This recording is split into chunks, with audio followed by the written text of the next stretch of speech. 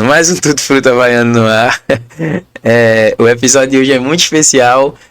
Já era para ter acontecido e por causa de alguns acontecimentos extra estúdio, extra vida daqui de podcast, não aconteceu, mas hoje, graças a Deus e com muita chuva, a gente conseguiu nos reunir para escutar um pouco da palavra de Deus, que é um propósito nosso também, e sanar algumas curiosidades, temas bastante curiosos, né, e polêmicos também, e conhecer um pouquinho do pastor Clóvis, que nos deu a honra de estar aqui com a gente. Pastor, mais uma vez, eu gostaria que a gente teve um probleminha, gente, no começo, mas agora o pastor vai se apresentar mais uma vez e vocês vão conhecer um pouquinho do pastor Clóvis. Boa noite a todos. Agradecer mais uma vez o convite. Saudar a todos com a paz do Senhor e dizer que para mim também é uma alegria poder estar aqui. E realmente houve alguns empecilhos, né, do trabalho, mas o tempo e a hora de Deus. Então era para ser hoje. Estamos aqui à disposição para poder conversar um pouco sobre a bondade de Deus e a sua misericórdia em nossas vidas. Ô pastor, eu pensei isso antes de sair de casa. Porque quando eu fui tomar banho, terminei da aula, eu olhei pro céu assim, opa, ainda bem que parou de chover. Aí fui tomar banho e tal, e quando eu ia saindo, tome chuva. Aí eu vi sua mensagem, já fiquei preocupado, meu Deus, o pastor tá lá esperando. Aí eu pensei, mas o inimigo é muito astuto. Eu tô falando isso porque a gente teve um probleminha na gravação agora, já ia com 20 e poucos minutos de gravação e a gente voltou tudo. E aí eu fiz, quero saber não, tirei a roupa que eu tô usando agora, eu botei dentro da bolsa, botei tudo dentro da sacola e vim de moto. E vim com a roupa que eu troquei ali pra poder chegar. Não tem quem impeça.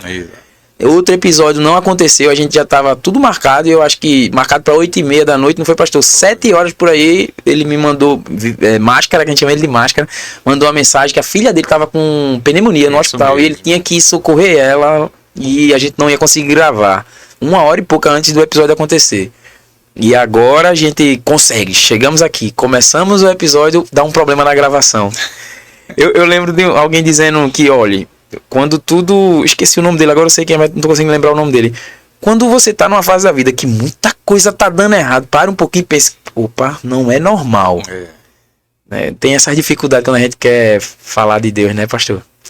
Esses empecilhos acontecem. Mas às vezes a gente coloca na nossa mente que esses empecilhos estão sendo provocados e isso é só influência para que a gente possa parar e deixar de fazer e desanimar. Mas a gente sabe que também tem a vontade de Deus, que é soberana. Ela é soberana. Quando é para acontecer, Ele permite. Então o dia é hoje, a hora é hoje. Agora, a hora é agora, né? E agora nós vamos continuar falando do amor de Deus. Pastor, só resumidamente, como foi o seu processo de conversão, só para a gente fazer aquele prólogo, né? Para entender. Sim, eu fui criado numa família, né? Até meus 8, 9 anos eu não tinha religião. Vivenciei um pouco da igreja católica. Depois dos meus 9 anos, minha mãe e meu pai se converteram, estavam na igreja, minha mãe na Assembleia de Deus, Campo Belém, meu pai na igreja batista tradicional. Eu fui criado até os 16 anos na igreja, né? E após isso eu saí para o mundo, me afastei do evangelho e há 14 anos atrás, pela misericórdia de Deus, ele me resgatou. E nós estamos fazendo parte do Ministério Efraim, em Alberto Maia, na presidência do pastor Roberto da Hora. Estamos lá como pastor adjunto, colaborando na obra e fazendo a vontade de Deus em nossas vidas. Então eu tenho uma certa passagem também fora do Evangelho, mas muito feliz por Deus ter me socorrido e me retirado do lamaçal que eu me encontrava. O senhor estava até falando, né, que o senhor que nos fala agora também estava em pecado antes de voltar. Sim, eu passei um tempo difícil. Inclusive um desses episódios foi eu perdi meu pai, foi muito marcante para mim. Hoje eu só tenho minha mãe com 80 anos, ela tem mais de 35 anos de igreja. É um grande exemplo que eu tenho, mas foi uma coisa marcante que dividiu a minha vida secular da minha vida da volta do evangelho. E isso, minha mãe costuma dizer que ela perdeu um para ganhar outro. Então isso foi bem marcante na minha vida, né? Eu estava um pouco, não muito perdido, né? E a gente nunca está achando que está ruim ou está perdido, mas chega uma hora que a verdade chega e a gente percebe que não tem outro lugar que é estar na presença do Senhor. Eu falei antes também, antes de estar gravando, né, que eu ouvi uma frase que li uma frase que dizia: depois que eu conheci a Cristo, nunca mais eu pequei em paz. Sim. Eu até falei pro Senhor isso, né? Foi. Que quando eu peco assim, que eu sou pecador e faço, isso me machuca também, fazer a coisa errada. Não sou bonzinho não, mas não sou eu também não, é algo que vem que me Sim. cobra por aquilo que eu tô fazendo de ruim. E aí me veio na cabeça agora uma pergunta que já escutei muito e também desisti de entender. Eu só queria ouvir o seu ponto de vista sobre isso. É o homem que vai até Deus? Eu já escutei que tem uma mão estendida e você é quem sai da mão de Deus aqui. O senhor acredita? Qual é a sua visão disso, a respeito disso? Sim, Deus é soberano, né? Ele está em todos os lugares. Né? Davi vai falar lá no Salmo 139, para onde eu irei? Se for o céu, tu estás, se eu descer o céu, te encontrarei. Então, na verdade, nós saímos da presença dele. Nós que saímos. Nós saímos. Ele nunca sai da nossa presença porque nós estamos todos à frente dele. Ele está vendo todos, tudo. Ele sabe quantos cabelos tem na sua cabeça. Ele ainda informe, como é? Tem um versículo que diz: a substância informe, ainda na informação. Ele sabia informação. Eu te conheci no ventre da tua mãe. Então, não tem como. Ele não se afasta. Quem se afasta somos nós. Nós é que escolhemos o caminho de afastar-se dele. Mas ele vai continuar o tempo todo nos aguardando. Só que ele é o pai zeloso. E ele, como o filho pródigo, quando o filho pródigo, na parábola do filho pródigo, quando ele se afasta, o pai não vai atrás. É verdade. Eu não lembrava. Ele voltar. E quando o filho volta, ele recebe do mesmo jeito, e inclusive ainda honra ele. Coloca o melhor anel, coloca a melhor roupa e coloca o melhor sapato. Então somos nós que saímos da presença dele. Ele nunca sai da nossa presença. Verdade, eu nunca tinha levado para responder a mim mesmo com essa pergunta a história a parábola do filho pródigo. Realmente, as dificuldades aparecem, né? E ele vai se sentindo prejudicado ali, e aquilo vai fazendo ele refletir, e ele é quem volta para casa do pai. Perfeito.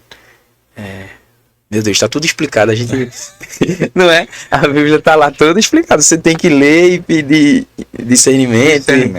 O Espírito Santo ele vai nos revelando. Por isso que precisamos ter intimidade com Deus. A palavra intimidade, ela está muito ligada ao contato permanente. Você cria intimidade com uma pessoa depois que você começa a se relacionar com ela quanto mais tempo possível.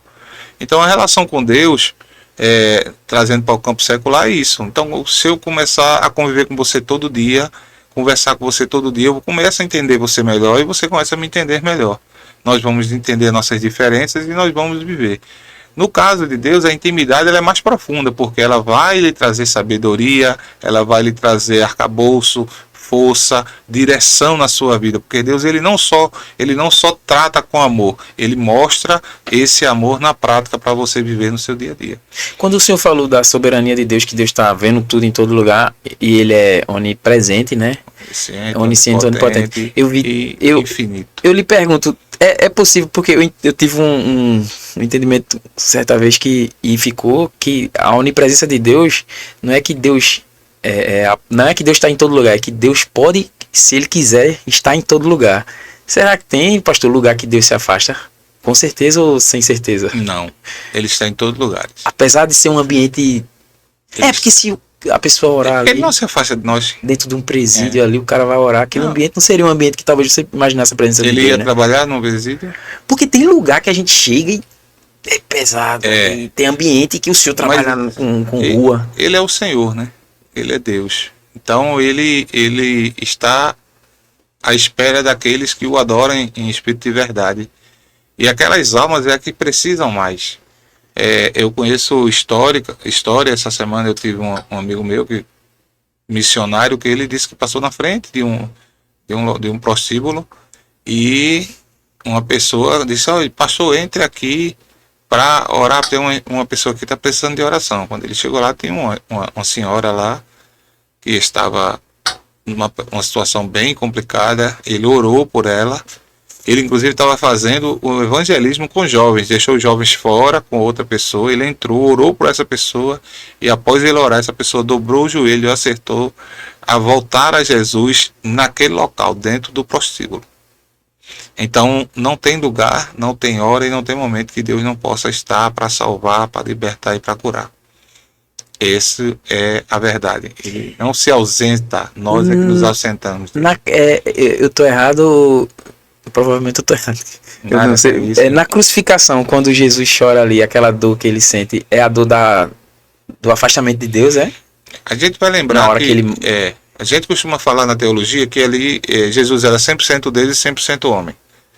Porque a essência dele tinha que ser humana, para que a morte dele fosse justificada, porque na verdade o pecado entrou no mundo através de um homem e ele saiu através de outro homem. Então, quando ele sentiu dores, quando ele chorou, aquele sentimento era humano, né? Era um sentimento humano de dor e de tudo que ele estava passando. E no Jardim das Oliveiras ele diz, né? Pai, se puderes, passa de mim esse cálice. Isso. Então, a essência humana estava nele. Jesus tinha empatia com as pessoas. Ele amava todo mundo que estava ao redor dele. Ele tinha facilidade de comunicar-se com as pessoas. Então, há um momento ali, né? Que é o momento importante quando ele, Pai, por que me abandonaste? Sim. Nessa hora, ele procura Deus e não vê Deus, é? Não. Há teorias teológicas que dizem que Deus se afastou para não ver. Eu não acredito nisso. Mas simplesmente quando a gente vai ver as traduções que existem hoje bíblicas, aquilo ali simplesmente ele disse, cumpri com o meu papel, a minha obrigação foi essa, Pai, que o Senhor me deu. Então, quando a gente vai ler, é a mesma coisa da boda de Canaã, quando a mãe dele vai e diz ele, tá faltando vinho dos noivos. Ele diz, mulher, o que é que tu tens? Dizem que isso ele foi comigo, ele foi ignorante. Não, ele não foi. Ele quis dizer que ainda não era a hora dos milagres começarem a acontecer. Mas aquele milagre era importante para honrar o noivo e a noiva. O povo judeu tem uma prática de ter festa de 7 dias. E se faltasse vinho ali, aquele noivo ia ser muito mal visto.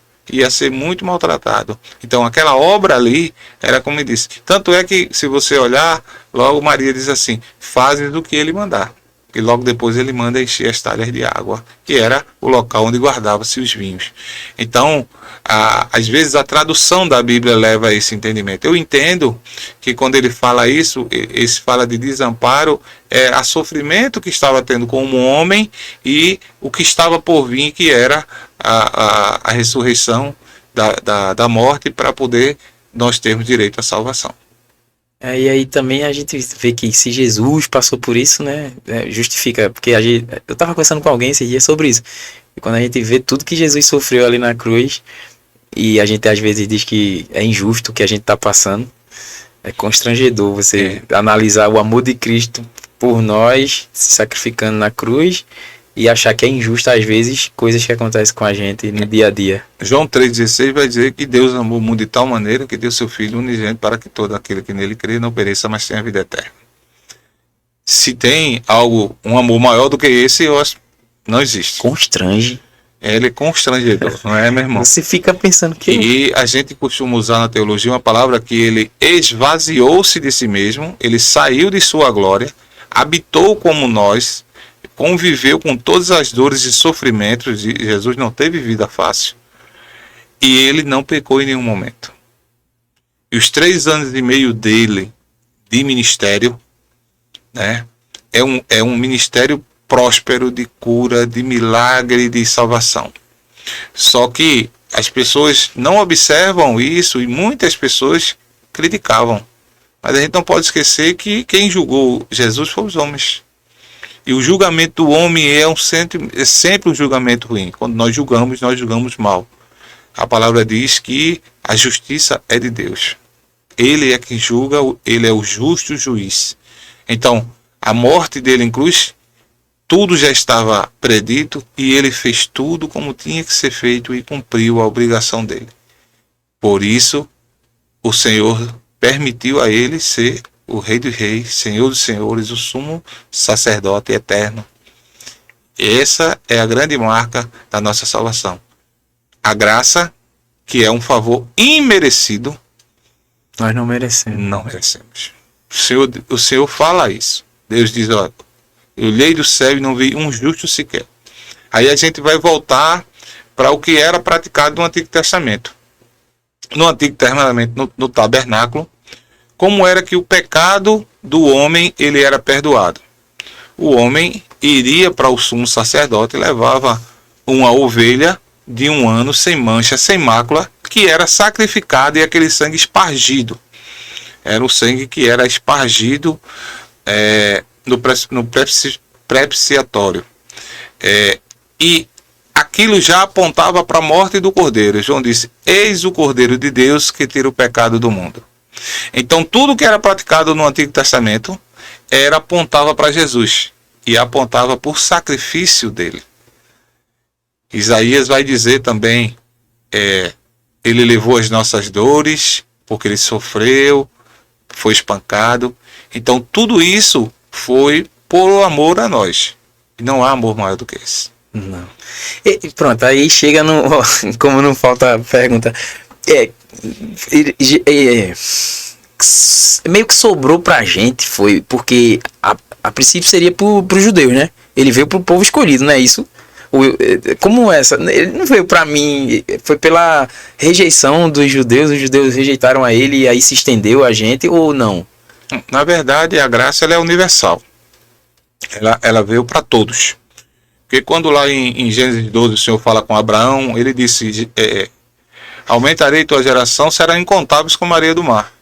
Então aquilo estava falando Agora, o povo judeu é um povo escolhido desde o início, que era o povo hebreu, que é a descendência de Abraão, que vai para Jacó.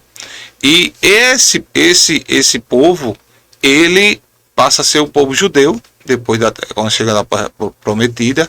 Esse povo é separado, é escolhido. Israel é uma cidade santa e é uma cidade onde nasceu o Salvador do mundo. Mas para o judeu, essa salvação só era para eles. Mas na verdade a salvação sempre foi universal. Para os judeus... O judeu, ele acredita... A salvação. Ele Você não... tem que se converter ao judaísmo. Hoje existem várias correntes judaicas. Existem as ortodoxas, que são as que só seguem a linha do Pentateuco, esse primeiro livro da Bíblia, mais o Taná, que é os livros históricos. Eles não consideram o Novo Testamento, eles consideram que Jesus foi um grande profeta, mas não o Salvador do mundo. Eles ainda esperam o Messias, por isso que estão até se preparando para construir o terceiro templo. Eu não sei se você já viu a reportagem sobre isso. E estão arrecadando dinheiro, né? Já está bem encaminhado para... Israel ela tem toda a proteção divina. Israel é uma cidade, ela é um país tamanho de Sergipe. Quando eu vi Rodrigo Silva falando sobre isso, é uma cidade tamanho de Sergipe e ela é rodeada de inimigos. Só que são irmãos sanguíneos, porque já foi estudado e já foi visto que 99% do que corre no sangue do israelita corre no sangue do árabe, corre no sangue do iraniano, corre do pessoal, das pessoas do Iraque, porque aí vem a ideia de Isaac, dos irmãos, o filho da promessa. Sim, conta só pra gente contextualizar. Abraão, quando é chamado, e ele vai com a esposa dele para um lugar onde o Senhor indicou, Betel, ele chegando lá, o Senhor prometeu, Sara já era uma mulher de uma certa idade, e o Senhor, no mistério dele, prometeu que ele ia dar origem a um filho que seria a herança deles.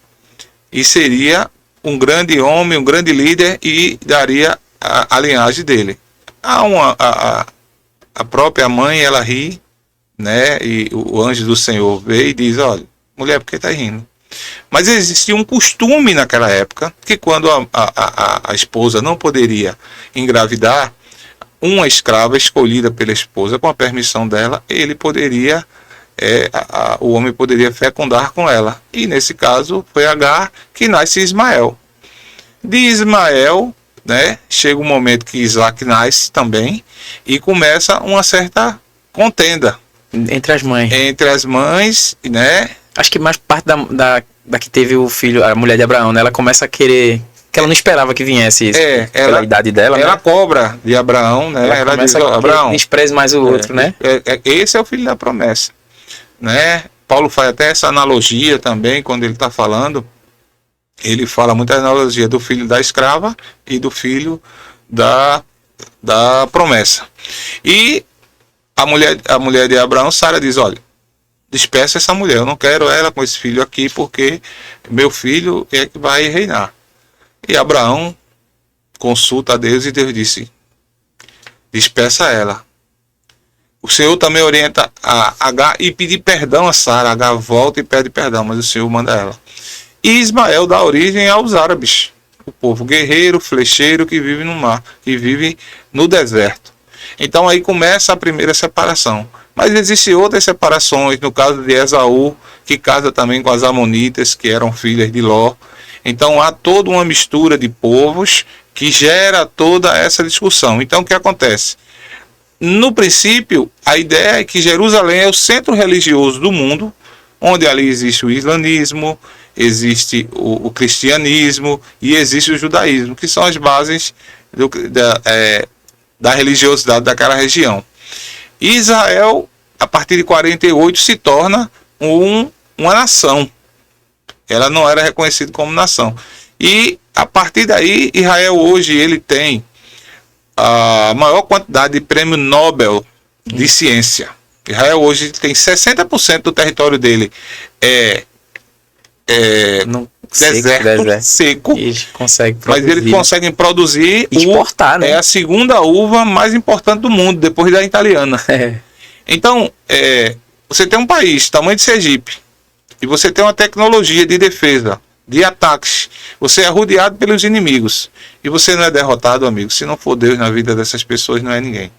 Então, povo de Deus, Salmo 122 diz, oremos pela paz em Israel. E hoje estamos precisando orar mais uma vez pela paz em Israel. E seremos abençoados, né? Quem ora por Israel. Abençoado por Israel. O povo de Israel, eles foram muito perseguidos. Inclusive aqui em Camaragibe, eu não sei se vocês sabem, tem uma sinagoga atrás da casa de Maria Amazonas. Eu sei. Eu sabia. Eles são expulsos da América do Sul.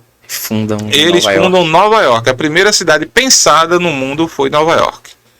Então eles prosperam, porque a palavra do Senhor disse, Abraão, onde tu tiveres será bênção. E ele abençoou o povo judeu, mas há uma diferença. O povo judeu não acredita que outros povos terão esse mesmo direito à salvação. Mas eles são realmente os primeiros e foram escolhidos, e as bênçãos de Deus são sobre o povo judeu. Então, pelo que eu entendi aqui, está muito ligado a de fato ser um povo abençoado e especial para Deus. Sim. Mas que quando Deus diz que a abração serão como um grão de areia, né? A sua descendência, e serão, então não fica limitado incontáveis, não dá, porque hoje você conseguiria contar, né? Então Exato. Quem está salvo são os contáveis. Exato. Que são quantos forem judeus, né? Só que é incontável, você não tem como definir que é só... Porque você não pode separar a Bíblia. Quando você divide ela, você tem a ideia do judeu ortodoxo, mas hoje já existe judeu cristão que acredita que Cristo é o Salvador e considera o Novo Testamento. Então ele já tem uma visão diferente.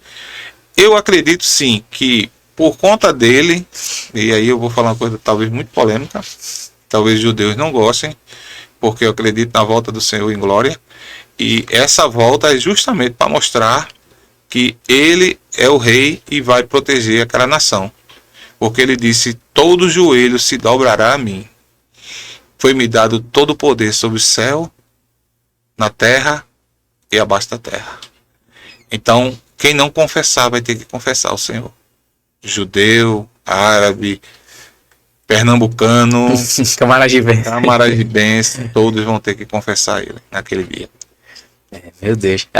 O senhor falando assim, minha cabeça vai bom. E a gente tem um roteiro, eu vou entrar nesse roteiro já. Mas eu já fico, meu Deus, porque fala que todo mundo verá, né? Em todo lugar do mundo você tiver a volta de Jesus. Vai ser o grande acontecimento, né? Já houve um grande acontecimento. As pessoas dizem que o grande acontecimento foi o homem na Lua. E Billy Graham, grande homem de Deus, Inclusive ele foi um dos grandes pregadores, né? Multidões iam ver brigar. Ele disse que o grande acontecimento não foi o homem chegar à lua, foi Deus descer à terra. Essa palavra é muito forte. É. João vai dizer: o verbo habitou entre nós. Eu vi o unigênito de Deus. Então isso é muito importante, porque ele vai falar do verbo que era a palavra lá em Gênesis, criando todas as coisas, e ele disse: ela agora foi carne e estava aqui junto com a gente. Então a eternidade já esteve e já está junto com a gente. Eu já posso viver a eternidade, eu não tenho dúvida. Se eu estiver seguindo os caminhos do Senhor, eu já estou vivendo a eternidade com Ele. Isso é que é mais importante.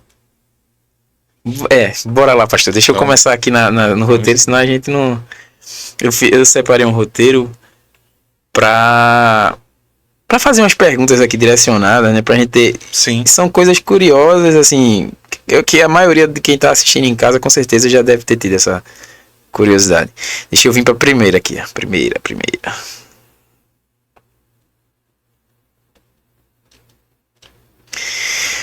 Vamos lá. Jesus era contra ou a favor da riqueza? Isso, de fato, para mim já é uma pergunta retórica, mas eu queria o respaldo bíblico e o conhecimento que o senhor tem para dar essa... Na verdade, a gente vai lembrar do início, quando Deus criou os céus e a terra. Ele vai falar, quando ele cria o homem, ele fala uma coisa bem importante. Em Gênesis 1:26 ele diz: e disse Deus, façamos o homem à nossa imagem, conforme a nossa semelhança, e domine sobre os peixes do mar, sobre as aves do céu, sobre o gado, sobre toda a terra e sobre todo o réptil que se move sobre a terra. E criou Deus o homem à sua imagem, a imagem de Deus criou o homem e a mulher e os criou. E Deus abençoou e disse: frutificai e multiplicai-vos e enchei a terra, sujeitai-vos e dominai sobre os peixes do mar e sobre as aves do céu e sobre todo animal que se move sobre a terra. O Senhor disse dominai. Dominar tem a ver com reinar. E esse muitas vezes é interpretado como mandar. Não, ele está mandando ter cuidado com aquilo que estava sendo dado ao homem. Deus deu ao homem tudo que ele criou, inclusive a mulher. Então, Deus não é contra a riqueza. A gente vai lembrar de Salomão.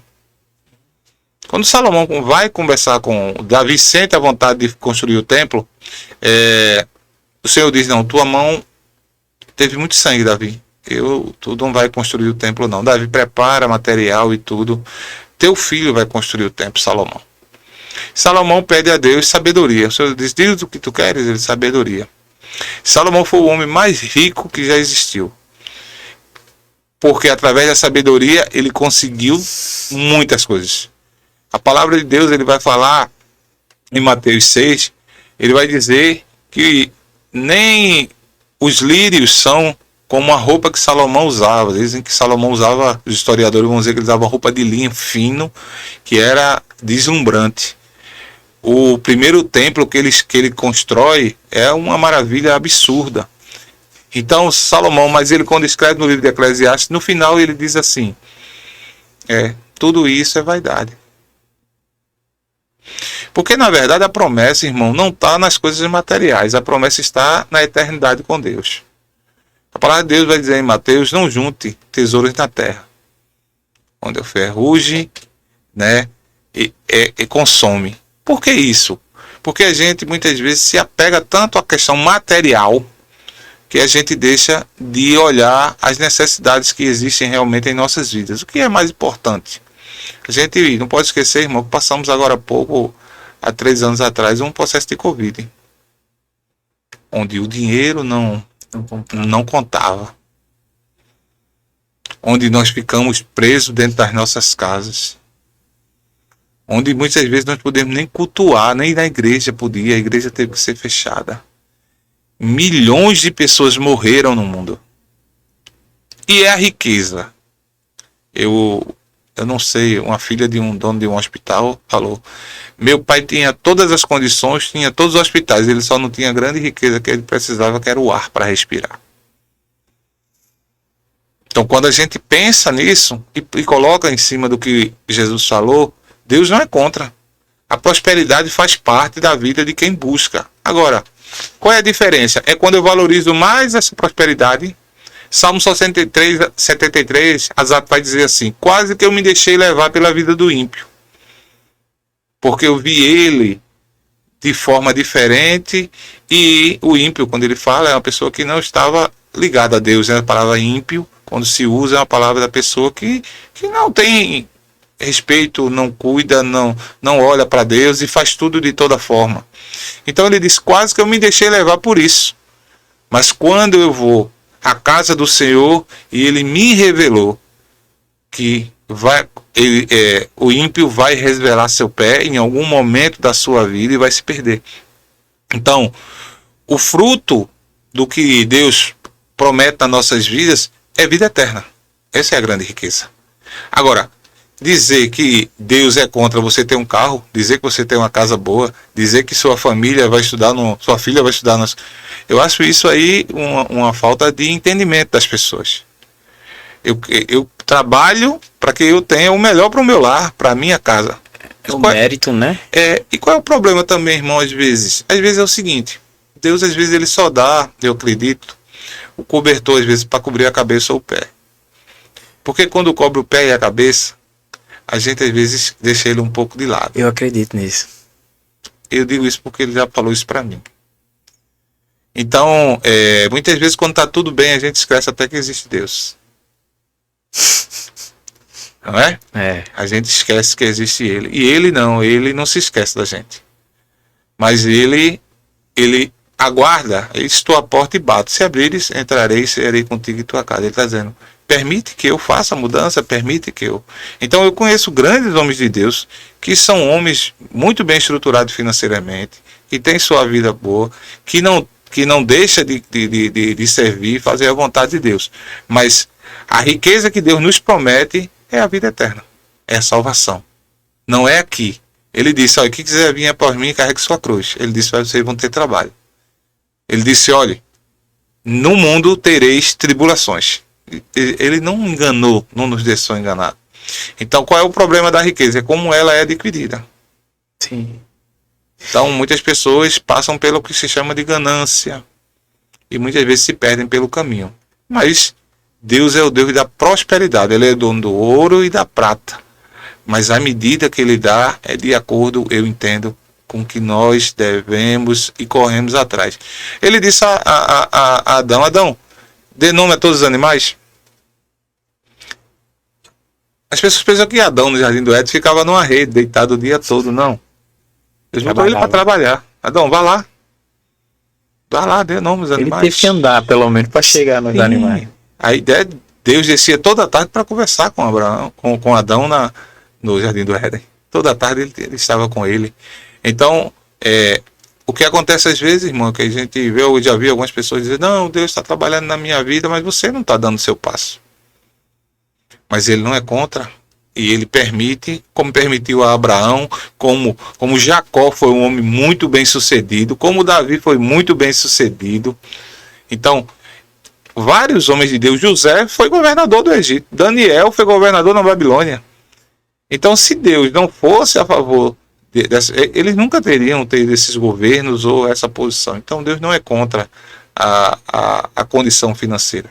O que o senhor acha, sinceramente, de culto de prosperidade? Tem uns cultos que é só para... Tem um dia na semana que é só para abrir porta e... Essas correntes que costumam criar esses cultos, eu não gosto, eu não sou muito... Eu, sinceramente, eu não sou adepto disso. Quando eu chego e o culto é de prosperidade, eu tenho vontade de sair.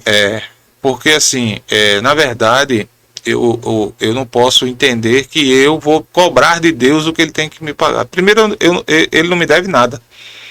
E aí eu vou ao culto cobrar Ele para que Ele cumpra algo meu. Não. Se ele quiser que eu prospere, Ele vai fazer eu prosperar.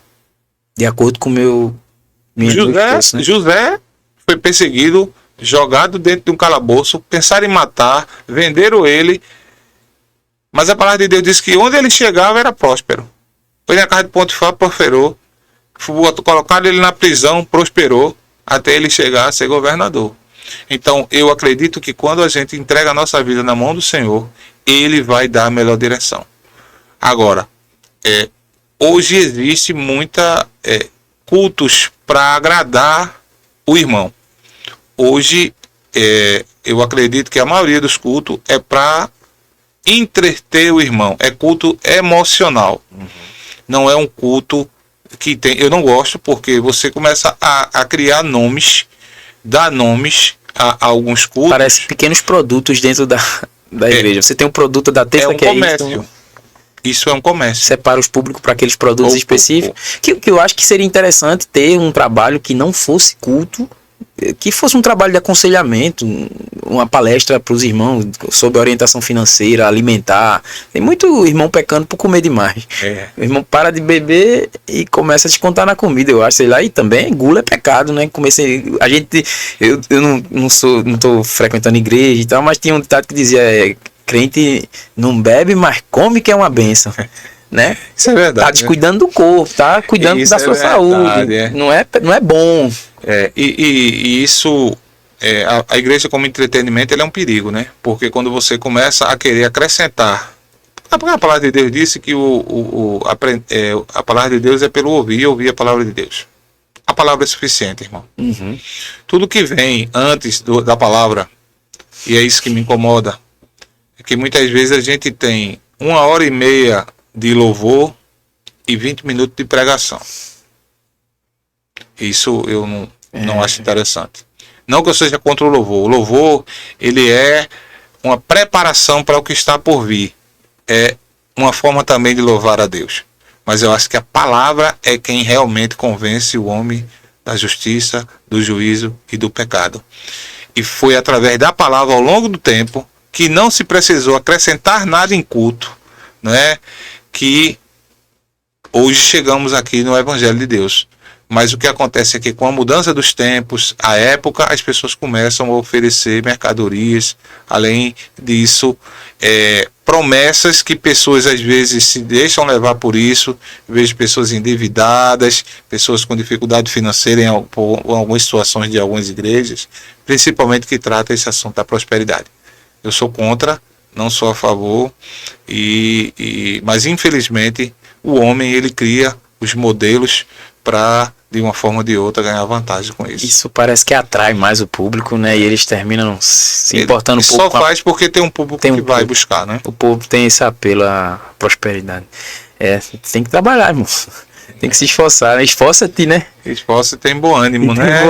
Tem um amigo que vai dizer, tem borânimo. Tem borânimo. É verdade. Aqui tem a segunda, que é: o inferno é literal ou simbólico? Na palavra de Deus a gente costuma dizer que tem duas palavras que aparecem muito na Bíblia, que é Hades e Seol. Os historiadores vão dizer que em Israel havia uma área lá que tem um lixão, tipo lixão, que jogava muitas coisas velhas, que ele vivia aceso dia e noite, queimando ali. E algumas pessoas acreditam, os historiadores, que Jesus tratou isso como sendo um exemplo do que seria o inferno. Diretamente em cima do que eu já aprendi, eu acredito que haverá esse local, porque o Senhor é bem claro em Mateus 13:46, quando ele diz que serão jogados e num local onde haverá, deixa eu ler aqui porque já fica, fica mais fácil. 3:40. Deixa eu ver aqui.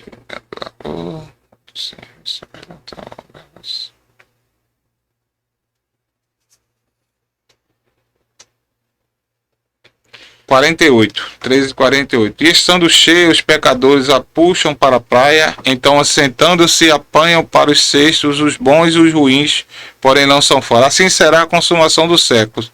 Virão os anjos de separação, os maus de entre os justos, e lançá-los na fornalha do fogo. Ali haverá pranto e ranger de dentes.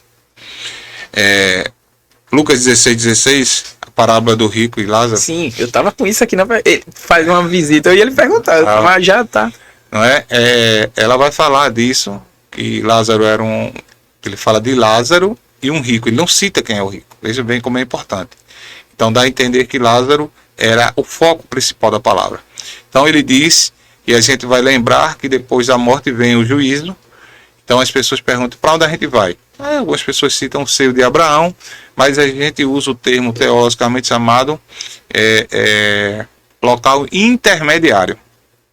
Mas há o entendimento de que a partir dali você já começa a sofrer e a sentir as dores da decisão que você tomou. Assim que morre, A partir disso. como quem tomou a decisão que pode estar num lugar de paz. Como o rico que diz assim, olhe, Abraão, traga um pouco de água, molhe minha boca.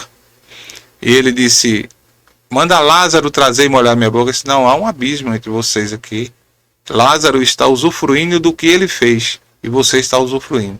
E o rico diz assim, então manda avisar a minha família para que não aconteça com eles o que está acontecendo. Então ele estava sofrendo. E consciente, né? Com todas as lembranças da Toda família. lembrança. Não vai ter falta de consciência, viu, irmão? Isso aí também é outra teoria que eu também discordo. Eu acredito que vai lembrar. Vamos estar consciência, porque nós temos que lembrar de tudo para entendermos o que foi o propósito e onde nós chegamos. O senhor imagina, irmão, a gente sair daqui, esquecer de tudo que passou e chega lá e a gente tá... Não, a nossa mente, nós vamos ter os corpos transformados, como Paulo fala lá em Coríntios. A alma é recolhida e o corpo fica, né? E só na volta é que o corpo vai se levantar para o julgamento. Aí a gente vai entrar... Tá, então vamos voltar para cá. Eu concluí. Porque aí já é outra pergunta. Deixa. Vai. Posso? Pode. Não, é como o pastor falou aí, né? Essa questão de a gente lembrar. Então quer dizer que quando a gente for para a glória, né? Que for arrebatar tudo mais, todo mundo tá lá, a gente vai conseguir lembrar de quem a gente se casou, as pessoas, ou a alma não vai... A gente, como vai ser transformado, como é que eu vou saber quem é que eu Nosso tava? corpo e nossa mente é transformada, mas nós não vamos estar lá como os irmãos. A ideia de marido e mulher, Jesus ele quebra isso quando ele diz aos fariseus, não casam e não se dão em casamento. Então nós não vamos estar lá como marido, mulher, mãe, filho ou pai, nós vamos estar ali como os irmãos em Cristo. Mas, Todos renovados. mas a lembrança... como A você lembrança é a lembrança da salvação.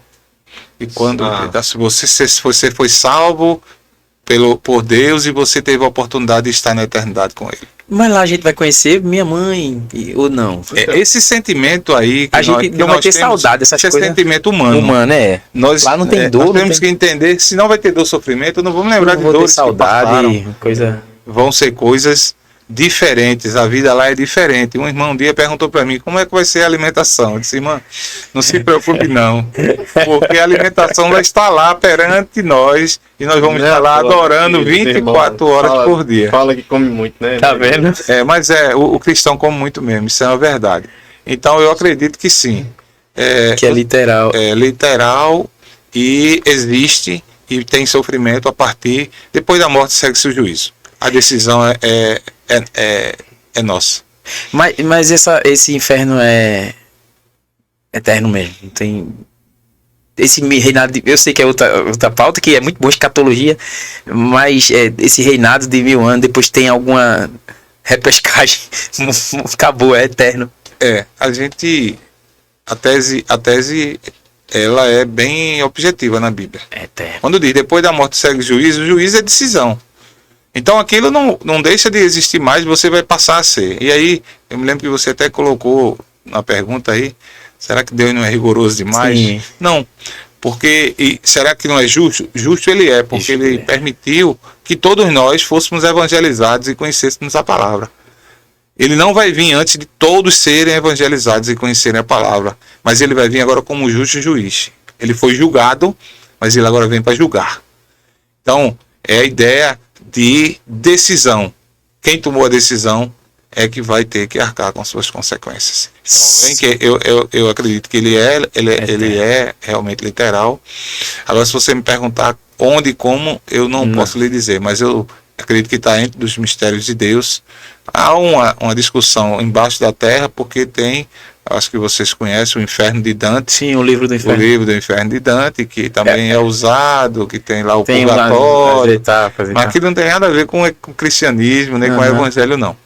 Só essa que tem aqui, que é o aniquilacionismo. Isso seria o quê, pastor? Só para... O aniquilacionismo é uma corrente hoje, né, da teologia liberal, que ele fala da questão da alma, ela depois de salva, essa alma perder a sua essência, ou desistir, ou não ter mais substância. Então a gente vai entrar, eu estava até lendo agora há pouco o livro de Luiz Berkoff, a Teologia Sistemática, que ele fala de dois termos, dicotomia e tricotomia, não sei se você já ouviu. A dicotomia é quando eu só considero corpo e alma, ou corpo e espírito. E a tricotomia, corpo, alma e espírito, que a gente vê Paulo falando. Pedro fala em corpo e alma, e algumas passagens bíblicas falam de corpo e espírito. Até agora, o que eu estudei, o que eu entendi e o que eu acredito é que nós temos corpo, alma e espírito. Quando o Senhor faz o homem, ele sopra no homem, ele dá o intelecto ao homem. Esse intelecto é a alma e o espírito é a vivência.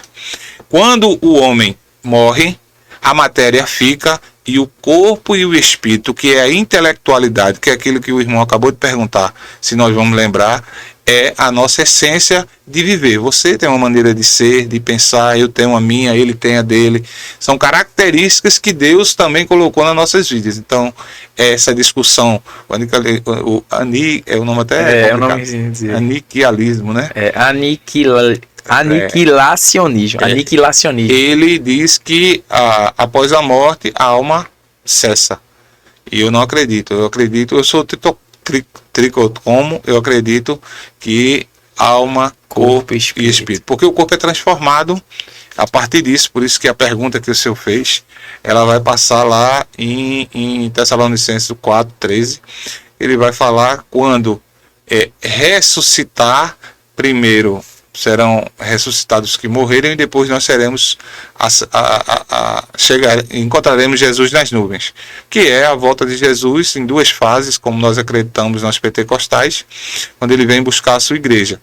E primeiro os que morreram, o corpo é transformado, e a gente vai tentar trazer uma aproximação com o nosso corpo, que é o que aconteceu com Jesus Cristo, que quando ele se apresenta perante os discípulos, ele diz assim: então você me deu um pedaço de peixe. Ele mostra que ele estava comendo aquele peixe, então aquele corpo dele estava transformado. Então ele tem uma característica ali humana, mas era um corpo totalmente diferente. E Paulo vai falar desse corpo transformado, mas depois, logo depois, ele desaparece do meio deles. Então essa transformação vai haver na nossa vida, antes de nós sermos ascendidos ao céu. Boa.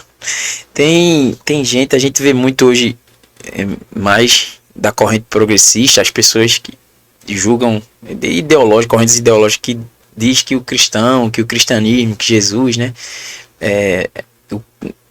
a gente não escuta dizendo Jesus era machista, mas que o cristianismo é machista. Existem pessoas que defendem isso. Ao meu ver, mais o pessoal que é conservador não tem esse pensamento, e eu acredito também que pelo contrário, que com o cristianismo, e como o senhor vai explicar com certeza, eu sei que não era comum ter mulheres ali, né, no meio das ajudas, na pregação, e Jesus tinha, né, conversou com a mulher do poço lá, que ela não era, né, me responda, o que é a sua visão sobre isso, na verdade, a Bíblia, isso eu perguntei ao meu professor de teologia sistemática, o professor Enoque, meu amigo, um grande professor que eu tive na faculdade. Ele deu teologia sistemática pra gente, eu perguntei. E para o Silvio Romero também. Ele disse para mim: não é que Deus seja. O homem, ele é. O homem é racista, o homem é preconceituoso. Agora a gente tem que lembrar o contexto bíblico. Quando eu vou ler a Bíblia, uma das coisas que eu sinto falta dos irmãos, ele não vê o contexto histórico da palavra. Quando Paulo está falando sobre as mulheres não falar na igreja, havia um problema sério na igreja de Éfeso. A gente vai lembrar que Paulo, ele levanta Timóteo e Tito para serem pastores, mas aqueles homens eram novos, eles não tinham 16 anos de idade. Então quando eles chegam para assumir as igrejas, e a gente está falando de um momento onde só existia a Ásia ali, onde tinha África, Ásia, da época, Roma e Grécia. Não existia os países que existem hoje, que nós descobrimos. Isso aí já começou a partir do século XV, século XIV, século XIII, com as viagens marítimas. Então, quando Paulo vai evangelizar justamente o povo europeu. E quando Paulo chega lá para falar com eles, Paulo tem essa facilidade, porque Paulo era romano, Paulo tinha facilidade com dialetos, Paulo falava o aramaico, falava o que era a língua que na região onde Jesus nasceu, da Galiléia, o aramaico, o hebraico, né, o grego, o latim. Então, quando Paulo chega para falar, ele traz esse tipo de coisa. Então, a gente tem que entender que não é só o que está ali. Então, quando ele vai falar aquilo, Timóteo chega, era uma igreja nova. Você imagina a gente chegar aqui hoje, criar uma igreja, eu, você e o irmão, sem a gente nunca ter praticado. Você tem uma essência da sua mãe, eu tenho uma essência da minha, ele viveu dentro do evangelho. Mas imagina a gente começar a criar uma igreja assim, ó, como é que eu leio essa Bíblia aqui? O que é que esse capítulo diz? Então era isso que acontecia. Então o que acontecia? Perguntavam a Paulo. Tiveram muitos problemas na igreja e Paulo orientava que não deveria. Qual era o problema? As mulheres daquela época, as mais velhas, o costume da região não dava o direito a elas de falar em público no meio dos homens. Então Paulo, tentando que não criasse um problema, Paulo orienta que elas fiquem caladas. Então era um problema da região que Paulo sanou. Mas se a gente for lembrar, a corte que seguia Jesus, a gente chama a corte, que eram as pessoas que estavam ao redor dele, havia várias mulheres. Havia Maria Madalena, havia Maria, sua mãe, havia Susana, mulher do procurador de Pilatos, Cusar. Então, a corte que servia Jesus, que ajudava na obra do Senhor, na parte material, porque Jesus, homem, também precisava de alimentação, ele e os seus discípulos, eram mulheres. Aí eu fico pensando, as pessoas, não, mas nós tivemos grandes mulheres, Esther, nós tivemos Ruth, nós tivemos Débora, e Débora chega e diz, vá para a guerra, aí ele diz, não vou, ela disse assim, eu vou com você, mas a glória não vai ser para você. Então, e a gente vai ver que dentro dos evangelhos, a gente vai ver que o evangelho de João vai dizer que a primeira pessoa que encontra Jesus é Maria Madalena. Jesus conviveu com vários discípulos, mas no final os 12 que ficam com ele, mas ele apareceu para Maria Madalena. Então, se a Bíblia fosse, né, racista ou causava, seria a última mulher, porque inclusive há uma tese que dizem aí que Maria Madalena era prostituta, ela nunca foi prostituta. Dizem isso mesmo, eu já... Confundem a Maria, a prostituta, com a Maria Madalena. Maria Madalena, mulher de Magdala, porque era além do rio, que chama além do rio, ela tinha muitas posses e era uma pessoa que tinha problemas demoníacos que Jesus cura ela. E a partir daí ela serve Jesus, porque ela era uma mulher rica e tinha posses. Então, aquela fala de Paulo é justamente para evitar o conflito que estava havendo dentro da igreja. Entendi. Então, a mulher, naquele conceito lá, hoje ainda existe isso em várias regiões, em vários países, que as mulheres não falam, não têm acesso. Nós sabemos Estado Islâmico, entre outros aí. Então, isso era uma questão de costumes e época.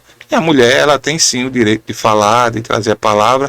As mulheres, elas têm o espaço delas reservado na igreja e tem um trabalho muito atuante. Eu, pelo menos, em todos os ministérios que eu fiz parte, eu acho que a atuação das mulheres, ela chega a ser até exemplar dentro do ministério. Enquanto pastora, ao seu ver o que a Bíblia diz? Eu não sou a favor de pastoras. Eu acredito que não nada contra a mulher, que ela não tenha capacidade, tem isso. Mas eu acho que essa direção que Deus deu é para o homem. Deus cria primeiro o homem. Quando Deus cria o homem no Jardim do Éden, ele diz a ele todas as coisas. E o que deve fazer, não deve fazer. O pecado entra no mundo através da mulher. Mas ele só se consolida depois que Adão come a fruta. Então a essência inicial é do homem. Então há alguns pré-requisitos. Aí as pessoas vão dizer, mas Raquel era pastora. Era porque naquela época as mulheres tinham costume de fazer trabalhos que os homens não faziam. Carregar água, pastorear. Mas a origem de pastores que Davi traz também, o Salmo 23, são homens. Nenhum é mulher. Então ele fala, o pastor. E se você ler a palavra, ela vai dizer o pastor. Então eu não vejo característica bíblica que dê a origem a isso. Eu respeito, não tenho nada contra, mas no meu pensamento, pastor deve ser homem. Mulheres, elas têm um espaço já pré-decidido dentro da igreja, porque elas são dirigentes, elas cuidam da parte do círculo de oração, então elas fazem já o trabalho de dentro do trabalho. Eu acho que pastor, eu creio, acredito no que eu entendo, deve ser homem. Vamos para a próxima. Jesus realmente fundou uma igreja institucional? Um templo tem que ter, né? Por exemplo, quando Jesus diz, sobre essa pedra edificarei minha igreja, ele se refere a uma instituição. Isso aí Tem gente que usa esse para falar que foi a igreja católica, né? A igreja católica, o fundamento, o primeiro papa é Pedro, né? Isso. A igreja católica defende isso.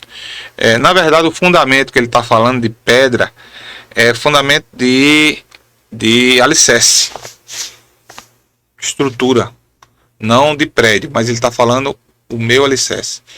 E quando ele fala isso, ele está dizendo que a igreja ela vai ter alicerce, que ele é o alicerce. Ele é a pedra de esquina que foi rejeitada, que está lá em Salmos, que está dizendo isso. E ele é o fundador da igreja. Ele não deixa a placa de igreja. Na verdade, o que acontece é o seguinte, a igreja ela se manifesta através de Jesus Cristo. E nós vamos lembrar que a gente usa o termo igreja primitiva. A igreja primitiva, o termo primitivo é porque ela deu origem de algo que era básico, simples e humilde. Eles se reuniam escondidos porque havia uma perseguição muito grande. Então eles, com fervor, seguidos, né, por Pedro, Tiago, e eles começaram a fazer cultos dentro das suas casas, mesmo com as perseguições, mesmo depois de Paulo sendo convertido, mas começaram a perseguir e a tentar matar eles. Então, mas eles tinham um diferencial. Lá em Atos 2, né, a gente vai ver do 42 em diante, vai falando que fazia prodígios e maravilhas. A igreja era primitiva porque ela era básica, ela não tinha uma essência de muitas coisas grandes. Então, mas eles tinham muita vontade de servir a Deus. E aquilo que a gente falou, o que Jesus deixou foi prática de boas novas. Obras novas, obras boas, com amor, com dedicação. Eles cultuavam e todo culto eles tinham ceia. Todo culto? Todo culto eles tinham ceia. E eles se reuniam e dividiam tudo que tinham. Eles dividiam terrenos, casas, e a palavra de Deus disse que esse evangelho prosperou. Tem alguns filmes que a gente assiste romanos, que você vê homens sendo comidos por leões. Aconteceu realmente Sim. com o povo de Deus. Eles eram presos, levados para aquelas arenas, e de lá eles eram mortos. E a palavra vai dizer que eles cantavam antes de serem sacrificados. Eles eram mortos na arena, e por animais e por pessoas, eles foram muito perseguidos. Inclusive tinham mais conversões, né? Porque quando as pessoas testemunhavam eles diante do leão ali, ainda sorrindo e feliz, mais gente se convertia. Mais pessoas. Isso gerou até um problema, não foi para Roma? Aí o que acontece? Roma já estava em declínio, por isso que é importante a história. Em 413, o general Constantino, ele vê que aquela perseguição já não tinha mais sentido. Ele era um governador muito político, Roma estava muito pobre, não conseguia mais sustentar tudo o que ele tinha, e ele disse, eu tenho como encontrar uma coisa vasta. Então ele cria a igreja. É onde ele troca os nomes. Mas essa igreja não tem nada a ver com a igreja primitiva. Essa igreja foi uma igreja puramente política criada. E aí começam a história das vendas, indulgência já é século XII. Aí ele troca os nomes, Constantinopla, né? Ele passa a botar Constantinopla. Ele coloca os nomes dos deuses que eles adoravam, ele converte em nome de... Aí existe toda o que aconteceu, né? No ano de 448 há um cisma, há um racha da Igreja do Ocidente com o Oriente, né, que são as igrejas do Oriente católicas, apostólica romana, elas se separam e a ortodoxa se torna ortodoxas, que elas crescem muito para o lado europeu, Rússia tem exatamente. E a igreja e a católica apostólica romana, ela segue para Roma, e de Roma ela segue o caminho dela até o século XV, quando Deus toca no padre Lutero e ele propõe a reforma. A partir dali há uma mudança. A igreja, e algumas pessoas, alguns teólogos dizem que foi o momento negro do evangelho. O momento em que a igreja, ela aparentemente era uma igreja de Deus, mas que não servia justamente a Deus. A igreja primitiva, ela existiu, o nome primitivo, mas o nome primitivo era por conta da essência básica da igreja. Mas placa não existe. Placa não salva, não leva ninguém para o céu. O que leva é fazer a vontade de Deus. Amém. Vamos para a próxima aqui. Cristão pode... Não, essa aqui é muito... Deveria ser... Porque a pergunta está: cristão pode ou não julgar os outros? Não é devido o cristão julgar ninguém, né? O cristão não deve estar julgando. A palavra julgar, ela já está dizendo que eu estou criando um preconceito sobre você, né? Eu gosto muito quando o Senhor diz, né? Olhe primeiro a trave que está no seu olho para depois olhar o cisco do olho do seu irmão. Nós somos julgadores natos e potenciais. Nós temos um potencial incrível de chegar num local, olhar para o irmão e dizer assim: não gostei dele. Já aconteceu com você? Sim. Eu não fui com a cara desse em segundos. Aí depois você conversa com o irmão 3 minutos e diz: meu Deus, tudo o que eu pensei era diferente. Julgar, ele não é correto, principalmente do cristianismo, porque Jesus, ele não fez acepção de pessoas. Ele não está preocupado com o seu pecado, com o meu pecado, com o que a gente praticou. Então, como é que eu vou escolher? Muitas vezes a gente tem pessoas que querem escolher quem vai ser salvo, irmão. Quem escolhe é Deus. É totalmente fora. Quando a gente vai lembrar, o Senhor deixou uma prece, né? Pai nosso que está no céu, santificado seja o vosso nome, venha a nós o vosso reino, seja feita a vossa vontade. Assim na terra como no céu. O pão nosso de cada dia nos dá hoje. Perdoai as nossas ofensas. Perdoai. Primeiro eu peço perdão. Assim como nós perdoamos a quem nos tem ofendido. Então o Senhor deu uma linha de como se deve orar, né? Não é essa regra, mas primeiro exalta o Senhor. Segundo, reconheça que tu é pecador. E terceiro, diga que você vai perdoar como você quer ser perdoado. Você usa essa estética. Essa é a estética da oração. É como a estética de um poema, você tem que seguir uma linha, né? Exatamente. As pessoas têm o costume de repetir. Não é errado. Né? Quando a gente está no meio de pessoas religiosas, o ideal é que você leia ele. Mas a ideia é essa: Senhor, eu gosto muito de Senhor, meu Salvador, grande, eterno. É exortar. Primeiro é exortar. É aquele que eu tenho que adorar. Aí depois eu digo: perdoe meus pecados, minhas fraquezas. Sou pecador. Peco por pensamento, obras e palavras. Senhor, te agradeço por tudo. Porque a gente, muitas vezes, só quer olhar a casa do vizinho. Eu costumo dizer que a casa do vizinho, a grama parece que é mais verde do que a gente. Mas é porque ela foi mais bem tratada do que nós tratamos a nossa. Então julgar, para mim, não é certo. Agora, nós somos julgadores naturais. O ser humano, por isso que Pedro, quando pergunta ao Senhor: quantas vezes deve perdoar? 7, ele diz: não, 70 vezes 7. Em um dia. Irmão, se eu e os senhores aqui ficarmos discutindo e o senhor ficar aborrecido comigo e eu for pedir perdão ao senhor num dia, eu não consigo chegar a 70 vezes.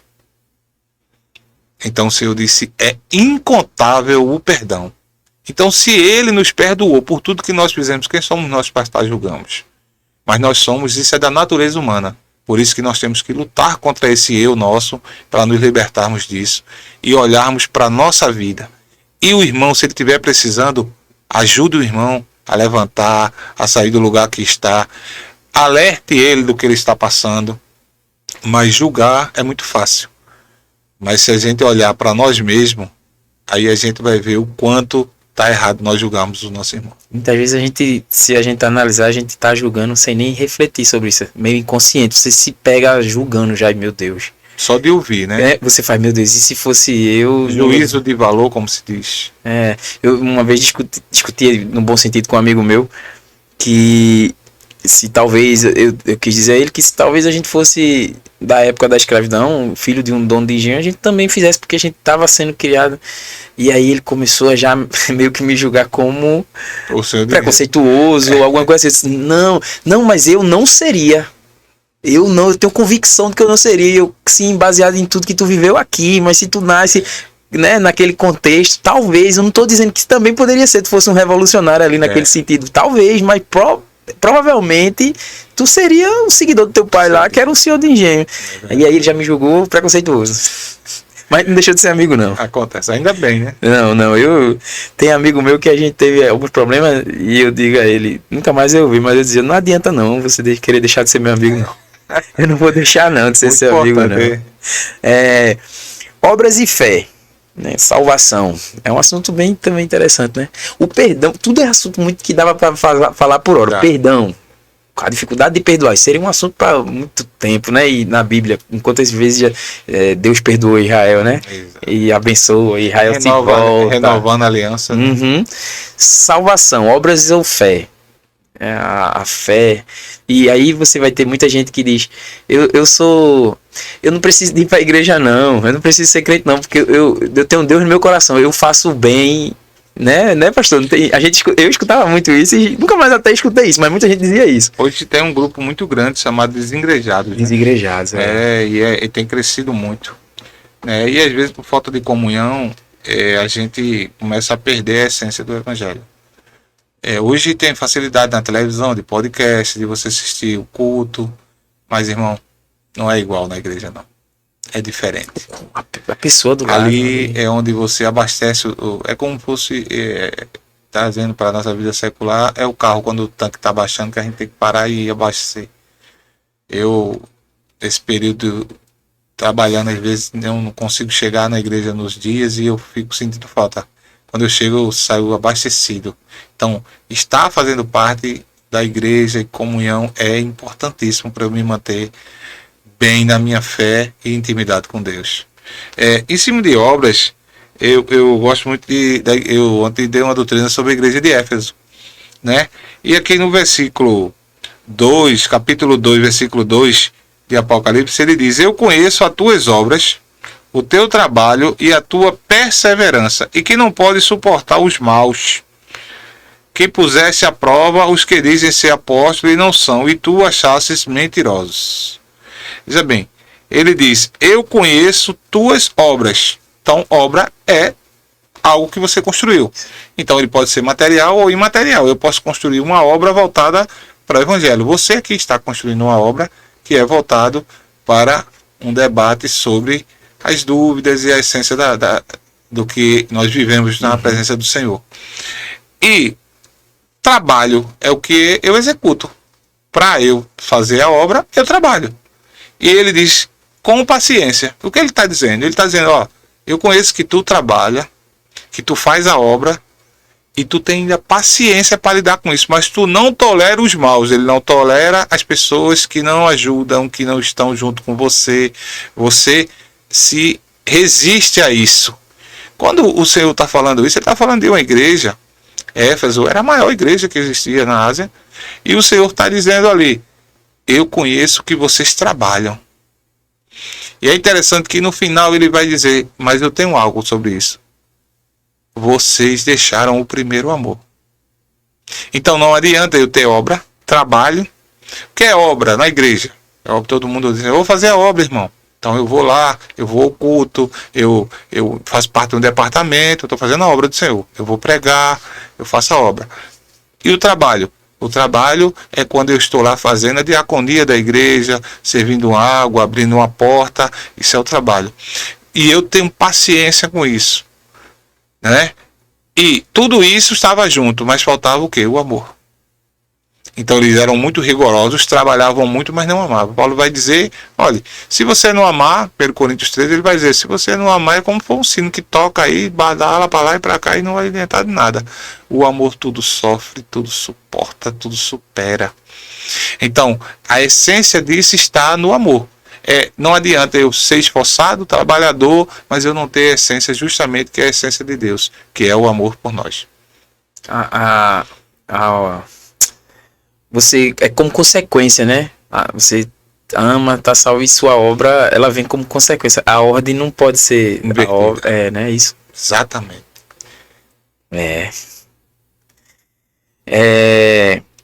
Pronto, esse aqui eu acho bem interessante, porque muita gente vai questionar, né? Mas, assim, a Bíblia foi escrita por homens que pecam, que escrevem a Bíblia.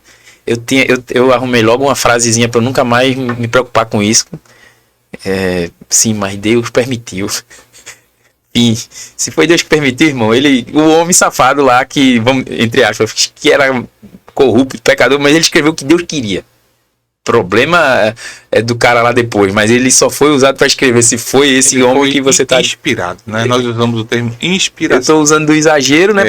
Pra me suavizar isso, porque realmente, pra me suavizar, porque realmente a gente fica, meu Deus, mas se for um homem que escreveu, o homem pega, e como é que eu posso acreditar naquilo? Eu arrumei essa forma de entender e não tá com essa preocupação quando eu penso que só escreveu aquele homem, mesmo que ele for bem pecador, ele só escreveu porque Deus permitiu. Sim. Não é, isso é uma forma que eu arrumei, mas como o senhor contextualiza isso no seu conhecimento? Tu refaz aí a pergunta, professor? Os evangélicos são historicamente confiáveis. A gente pode ter confiança porque muita gente vai dizer isso, né? Que foram homens pecadores que escreveu. Como é que a gente pode... A ideia é assim, não só os evangélicos, como a Bíblia como um todo. Qual é o problema que as pessoas... quando você vai ler a Bíblia, algumas pessoas me perguntam, por onde eu começo?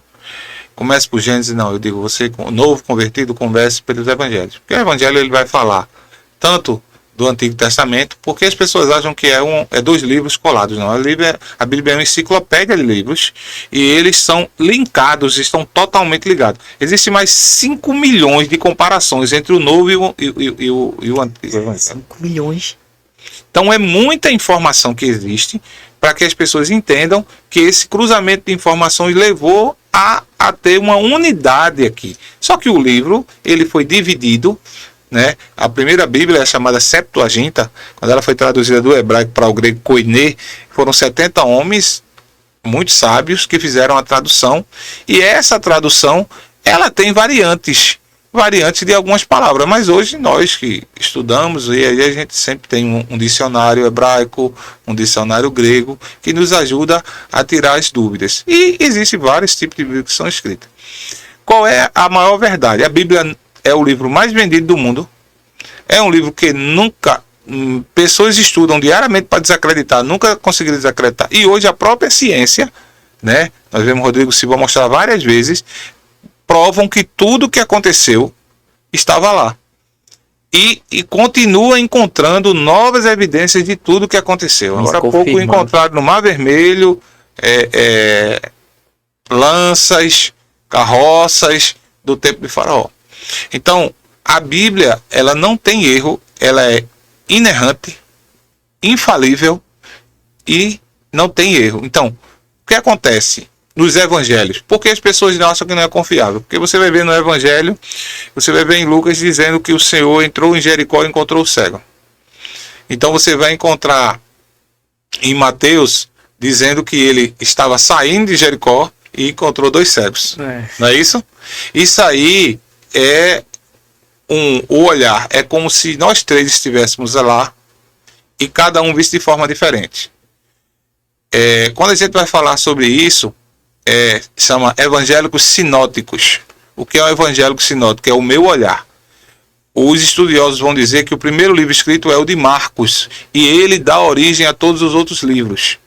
Só que eles são escritos por pessoas diferentes, que estavam lá no mesmo momento. Você imagina Lucas, João, né? Marcos não estava, porque Marcos é João Marcos, né? Não estava. Mas eles tinham essência. Lucas era um estudioso. O livro de Lucas ele é mais baseado em estudo científico, ele é mais detalhista com tudo que acontece, se você for ler aprofundadamente. Mas existia, primeiro, Jericó existia 2 cidades, uma que foi derrubada e a outra que foi feita como acampamento. Então, dependendo da posição que Jesus entrou, ele podia estar entrando ou saindo na visão de João. Sim. Entendi. Mas um cego, por que João falou um cego em Lucas 2? Porque na posição ou no local que Lucas estava, aí ele teve a visão de dois. Mas um se destacou porque esse começou a gritar: Jesus, filho de Davi, tem misericórdia de mim. E por que Jesus chamou os dois? Porque o outro estava perto e também foi chamado. Então não há erro na Bíblia. Não há contradição. Não tem como haver visão, né? são visões diferentes. Se nós estivermos aqui, a posição que nós estamos aqui, ele está vendo algo, você está vendo algo, eu estou vendo algo. Se nós olharmos para o mesmo local aqui, se a gente fechar os olhos e depois perguntar o que você viu ali, você vai ver coisas que talvez ele vá perceber que eu não vou perceber também. Então não há erro. O que há é uma variação de interpretação do que foi visto e do que aconteceu. Lucas, ele na verdade, ele faz, os historiadores vão dizer que ele faz uma pesquisa para escrever aquilo ali com base no livro de Marcos, que foi o primeiro a ser escrito. E João vivenciou e escreve o livro, mas João ele está voltado para falar da essência da criação, do Deus que foi verbo e se tornou carne. Lucas já vai tratar da parte da carta de Lucas no início todo mundo, quando for ler, irmão, eu oriento a ler a epígrafe e o começo do texto, porque ali ele vai dizer o que ele vai falar sobre aquilo. Então Lucas está escrevendo para o pessoal de Roma. João já começa falando do caminho que ele ia trilhar para Jesus. Então a gente vai perceber, no livro de Marcos, né, que fala de João, a gente vai perceber que não há erro. A Bíblia é inerrante. Ela é inerrante e infalível. Não tem como dizer. Agora, você vai ler alguns locais, uma mesma história sendo repetida com olhares diferentes de pessoas diferentes que estiveram no mesmo ambiente. O senhor falou de linkado, só não tem, tem a ver, mas é só pra gente pular pra próxima. Exegese, né, bíblica é a forma de entender a Bíblia a partir da Bíblia, qual é o nome que se dá? Exegese, né? Esses se links, chama exegese do termo. Não, a exegese do termo, do texto, é você tirar do texto a informação que tem ali e repassar ela para as pessoas. Então isso se chama exegese. Nós estudamos isso na teologia, né? A hermenêutica e a exegese, elas ajudam você a saber tirar conteúdo e aplicar para a pessoa. Então essas duas matérias, elas são muito importantes quando nós estudamos para preparar sermões, para falar sobre isso. E não só elas, mas elas... Qual é a da interpretação da Bíblia a partir da própria Bíblia? Não tem um nome que se dá? É exegese, né? São essas duas, são exegese e hermenêutica. Todas as duas, ela trabalha justamente para você buscar essas verdades bíblicas e trazer para a nossa realidade. A gente tá caminhando para o final, pastor. Eu sei que o senhor está cansado. Sim, né? Tranquilo, amigo. Nem se preocupe. Vamos lá. Pode passar a noite aqui, mas eu sei que todo mundo tem horário. Jesus veio para abolir ou cumprir a lei de Moisés? São perguntas que muita gente não sabe, mas... Na verdade, a gente chama lei de Moisés porque, na verdade, os 10 mandamentos foram passados por Deus a Moisés. Desses 10 mandamentos, ele fazem 613 leis. A lei de Moisés seriam os 10 mandamentos. A lei de Moisés não é os 10 mandamentos, são as 613 leis que ele cria, que são cerimoniais, sociais e religiosas. Cerimonial, porque a religiosa é a cerimonial de como cultuar. Social, porque ele cria regras de convivência, né? Então, quando Moisés separa essas três, então ele vai dizer, vocês têm que respeitar um ao outro. Se você temar a vida do seu irmão, você também vai perder sua vida.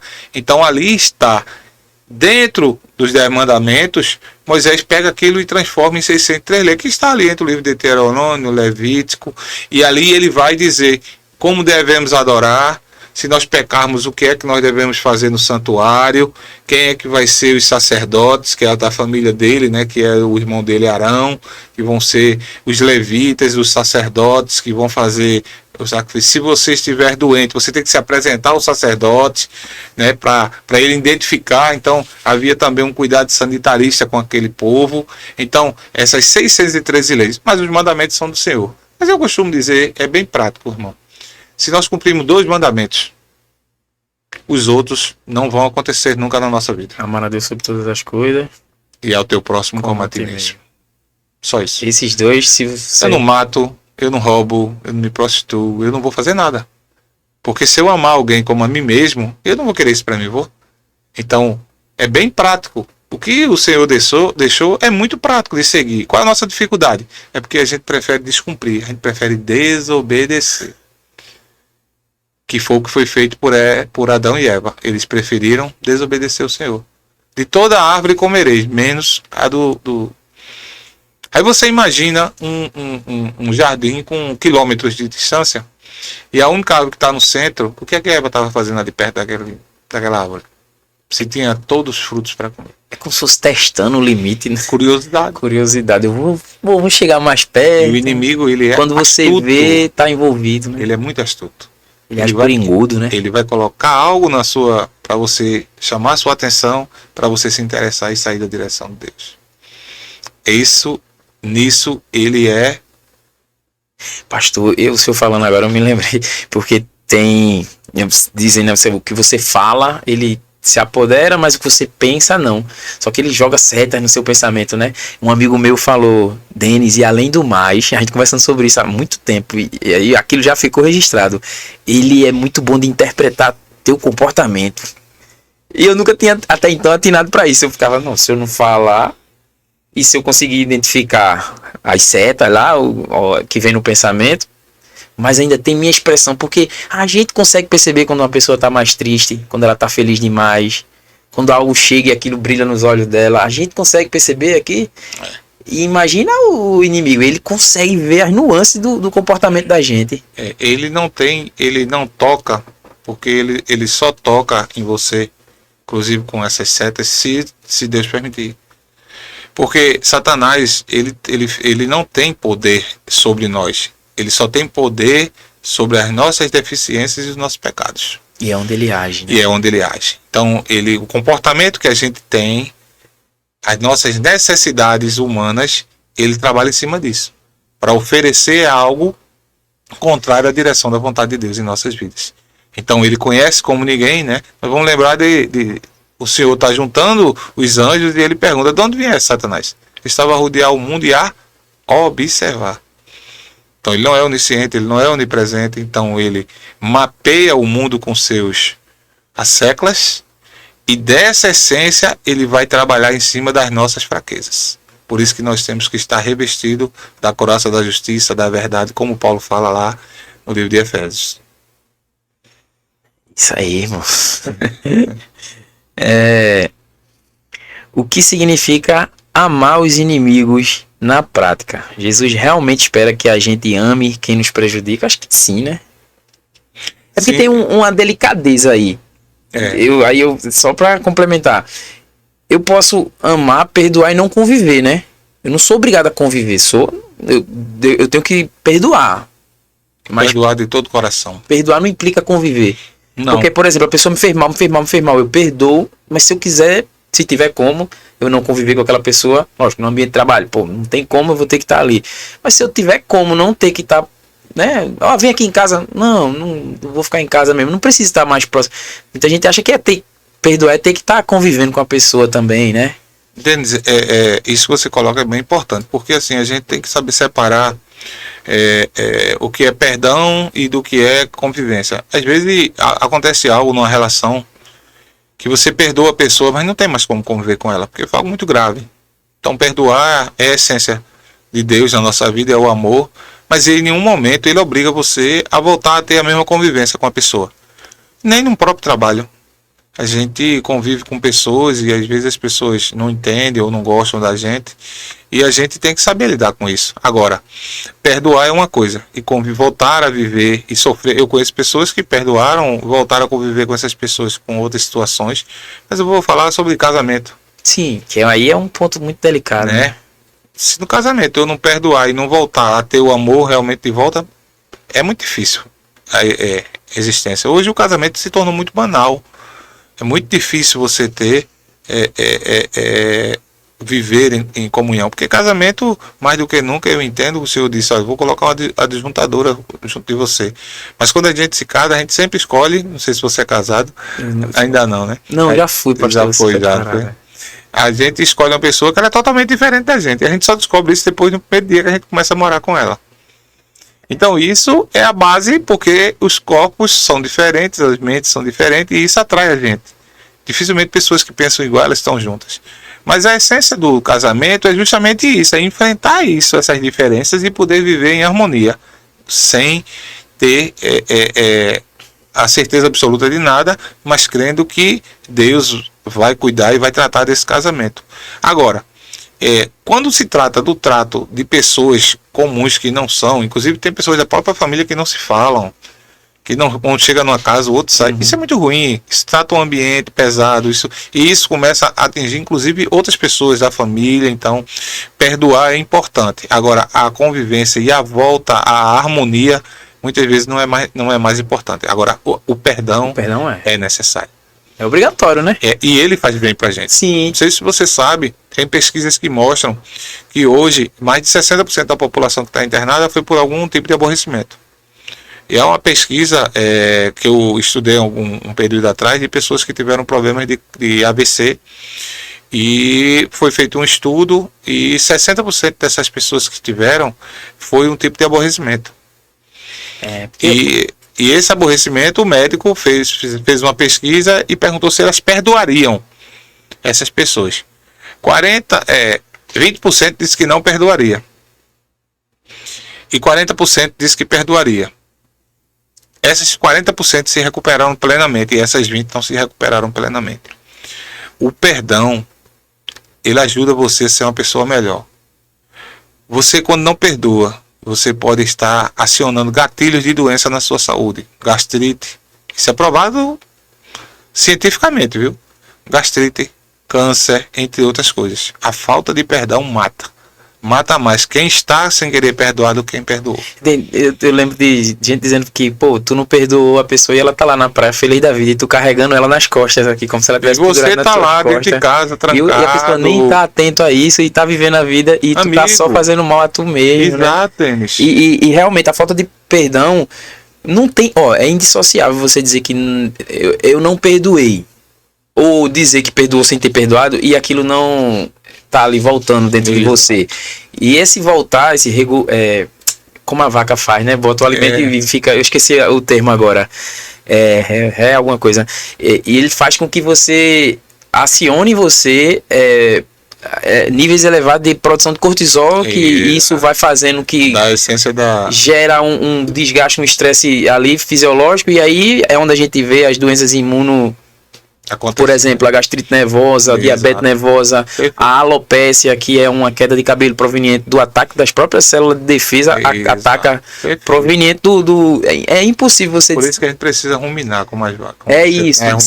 Se o cidadão que diz que perdoou e não perdoou, ou que diz logo, não perdoe, pronto, é impossível, ele vai ruminar. Aquilo volta de tempo em tempo e vai fazendo esse mal e vai mexendo com o seu fisiológico, né? Porque a gente vive... espiritual, físico, né, metafísico, mental, tudo tem, não é só o metafísico, não é só o físico, tá um conjunto, né? Um conjunto de coisas, isso mesmo. É isso. Perdão faz bem. Então, assim, deixa você melhor mesmo. Agora, lógico, mais uma vez, perdoar não implica conviver. Se uma pessoa te fez mal, você perdoe e não... Se você sentir e a pessoa provar que tem, né, de volta a sua confiança e construir, que leva um tempo. Depende muito de cada caso, né? Isso, no casamento tem mais... De cada caso, eu não falei de casamento, assim, do campo, tanto... Sim. Não tem como você perdoar um irmão na igreja e você tá com raiva, continuar sem falar com esse irmão. Você tem que estar em comunhão. Tem que estar isso. Então tem casos para... Mas aí também, dependendo do que foi que aconteceu, a própria igreja pode pedir o afastamento, né, da função, né? Porque dependendo do que foi, você perdoe, mas se afasta um pouquinho. Existe também a parte secular, né, que trata da doutrina, da disciplina da igreja. Ô pastor, vou para a última pergunta agora, mas só um pontinho sobre o casamento, quando a gente estava falando do perdão, da questão do perdão dentro do casamento, né? E aí eu me lembrei no casamento, se o marido traiu, a mulher tem que perdoar, ou vice-versa. Né? Aí a gente vê que tem, não sei qual, eu acho tão bonito quando vocês dizem o número do versículo bíblico. Eu não sei, mas diz que o que Deus uniu, o homem não separa. E aí eu penso, tá certo, mas foi Deus que uniu. Porque, um ponto só, né? A maioria dos casamentos hoje em dia junta e vai. E aí acontece essas coisas dentro dessas uniões. A partir do momento que você uniu, mesmo sem ter orado a Deus, pedido eu conheço muita gente que se conheceu na igreja, orou, começou a namorar, pedir direcionamento de Deus e aí constituir uma família. Esse é casamento, eu acredito que o que Deus uniu, o homem não separa. Mas se o homem se juntou ali sem pedir direcionamento eventual e casou e ali é aplicado isso também, Deus uniu? Gênesis 2:24. A palavra de Deus diz assim: portanto deixará o homem seu pai e a sua mãe, e apegar-se-á a sua mulher, e serão ambos uma carne. E ambos estavam nus, e o homem e a sua mulher não se envergonhavam. O Senhor disse, antes de existir uma família, Arão ainda estava constituindo a família, que o homem teria que deixar seu pai e sua mãe. Então ele está dizendo, ó, vocês vão viver para vocês dois. Não é que vai abandonar, deixar de visitar, deixar de conviver. Vocês vão ter que estar lá. Então o Senhor, quando ele diz isso, ele está dizendo, isso é para ser permanente, isso não é para ser provisório. Então, qual é o maior problema hoje do casamento? O maior problema hoje do casamento é que ele não tem fundamento. Os casamentos, as pessoas se casam às vezes por interesses. Uma emoção momentânea. E quando a realidade acontece, não se mantém. Eu conheço, meu pai e minha mãe foram 50 anos de casamento. Então, não havia essa coisa de separação, divórcio, era uma coisa. Só que hoje se banalizou. A pessoa casa hoje e no outro dia se separa. Então a banalização também fez com que isso fosse mal visto. O casamento hoje é uma das grandes ferramentas de Satanás para atacar os cristãos. Então temos que vigiar, buscar, para que Deus possa nos ajudar a conviver e aprender a lutar com isso. Eu aprendi isso um dia quando eu precisei, fui cirurgiado, passei 7 meses afastado, uma cirurgia muito traumática, e tive ao lado da minha esposa, a irmã Rosineide, um amparo que eu precisava. E aí eu vi o quanto você precisa de alguém perto de você, e aí eu me lembrei desse versículo que o Senhor deixou para nós. Tem um pastor que ele não sei, mas era comum ver ele com Silas Malafaia. Tem outro, ele era eu não esqueci o nome dele, mas ele trata de casamento, ele é muito bom nisso. Não é o do cabelinho branco que é engraçado, não. É outro, um morenão. Ele, não sei se ele é baiano. Aí eu não esqueço nunca, eu era adolescente mesmo, jovem, adulto, que ele falava que na época minha mãe gostava de comprar os CDs dele, né? Aí tinha lá os CDs da pregação dele, ele prega muito pra família e casamento. Aí ele fala que casamento é uma viagem de volta ao mundo dentro de um Fusca. Aí ele vai dizendo, sem banco, com tamborete, e vai botando o Fusca na última.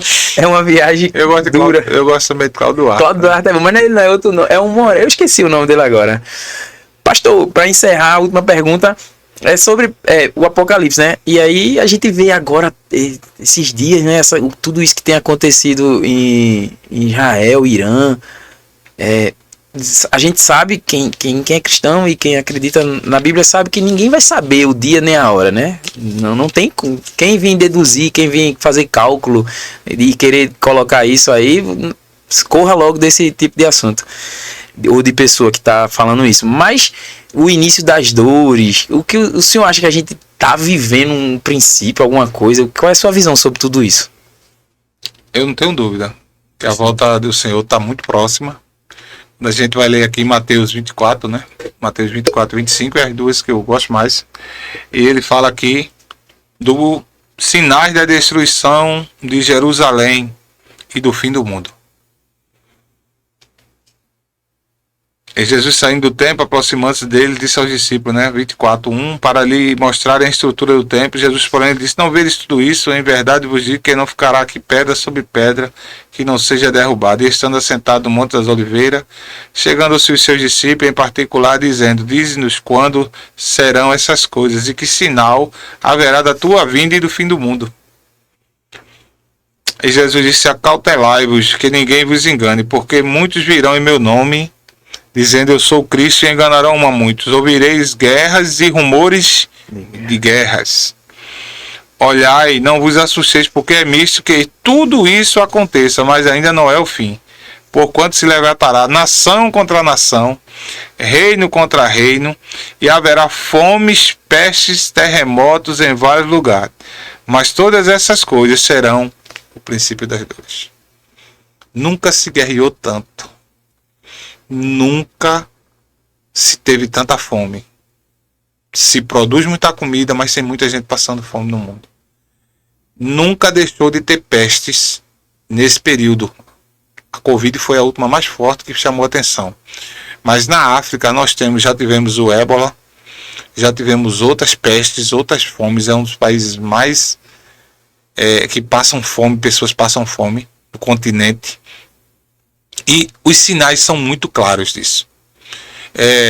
Vou falar uma coisa polêmica, porque tem muitos pregadores dizendo que há um grande avivamento acontecendo na igreja. Mas a palavra de Deus mostra que esse grande avivamento ele não vai acontecer antes que a igreja desça e reconheça que não vem fazendo a vontade de Deus. Os sinais são notórios da volta do Senhor. Falsos profetas, que existe hoje de pessoas aí profetizando, matando almas e vidas. Eu tive um professor meu que ele inclusive faleceu, ele perguntou um dia na sala de aula de teologia, ele disse: quem mataria mais, uma pregação ou um Boeing 457 caindo? Um Boeing, 500 pessoas caindo.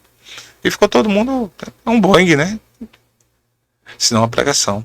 Porque quem estiver no Boeing e estiver salvo, estiver convicto, ele vai para estar com Deus. Mas na pregação, dependendo do que eu pregar, eu posso estar matando pessoas e vidas. Eu conheço muitas pessoas que se afastaram do Evangelho por conta de pregações, se afastaram do Evangelho por conta de práticas da igreja. Então, muito do que está acontecendo são sinais. Muitos virão em meu nome, Jesus disse. Então, hoje tem igreja sendo aberta a metro quadrado, pessoas que não têm cuidado com a palavra, não se preocupam de estudar, não se preocupam de estar. Eu tenho medo, eu tenho medo danado, até do meu próprio, de formular um pensamento a respeito de que tem uma frase que diz que é melhor uma igreja do que um bar, mas aí entra na história do Boeing aí, que meu Deus, uma igreja de todo jeito é melhor um bar. Eu acho que você, por mais que a igreja não esteja oferecendo a você o alimento concreto, é muito melhor do que o mundo. Estar na igreja é muito melhor do que o mundo. Entendendo que eu tenho que me esforçar para aprender, para que eu não seja iludido. Que é individual também, né? Você tem que fazer um ato individual, você vai individual. Qual é o problema? Você vai ser médico? Você tem que estudar para você operar alguém ou não. Uhum. Você vai ser professor. Você é professor. De jiu-jitsu. Jiu-jitsu. Professor. Você estuda. Eu passei aqui, tava todo mundo treinando ali, o professor dando lá os comandos. Eu sou evangélico, eu tenho que conhecer a Bíblia. Porque o Senhor disse: ide por todo mundo, pegar o evangelho todo, ensinando em meu nome. Paulo disse: a mim é imputado isso, é obrigado. Como é que eu vou tratar sobre Deus e eu não conheço a Bíblia, eu não abro a Bíblia? Então, se eu não conheço da palavra, é fácil. É como Paulo diz: cuidado para as vãs filosofias que vão chegar aí para você. E vai chegar muitos aí, homens amantes de si mesmos. Timóteo 3, né? 2 Timóteo 3, ele vai dizer: homens amantes de si mesmo, que só vão pensar em si mesmo, só vão falar o que querem ouvir. Aí vem pregações emocionais, aí vem campanhas, e vem isso, aquilo, outro, e a igreja cada dia é mais fraca. O irmão sai alegre da igreja, quando dobra a esquina, que ele tropeça, ele já chama um palavrão. Então não é uma pregação hoje. Eu fui criado numa pregação em que quando você saía de lá, você saía com dor de cabeça da igreja, pensando no que você precisava melhorar para ser melhor cristão.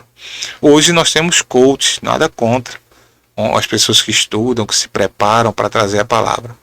Mas não é a pregação realmente a palavra do Evangelho. A palavra do Evangelho é como diz em Hebreus: ela é como uma espada penetrante de dois gumes, que penetra entre o espírito e a alma, entre as juntas e a medula. Junta e medula é justamente essa parte aqui da nossa, o senhor sabe, né, que trabalha. E ela é uma parte tão sensível, né, que passou um dia desse, estava passando a reportagem de uma pessoa que estava treinando jiu-jitsu, e um professor parece que dá um golpe muito... E foi até condenado a pagar a indenização. E deixa ele aleijado, né?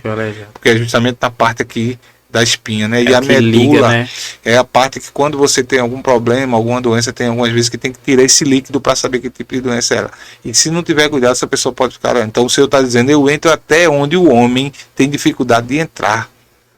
Mas se a gente trouxer a verdadeira palavra que o Senhor apresentou, não trazer palavra para manter público, porque aí não é irmão, é manter público. Então eu acredito que sim.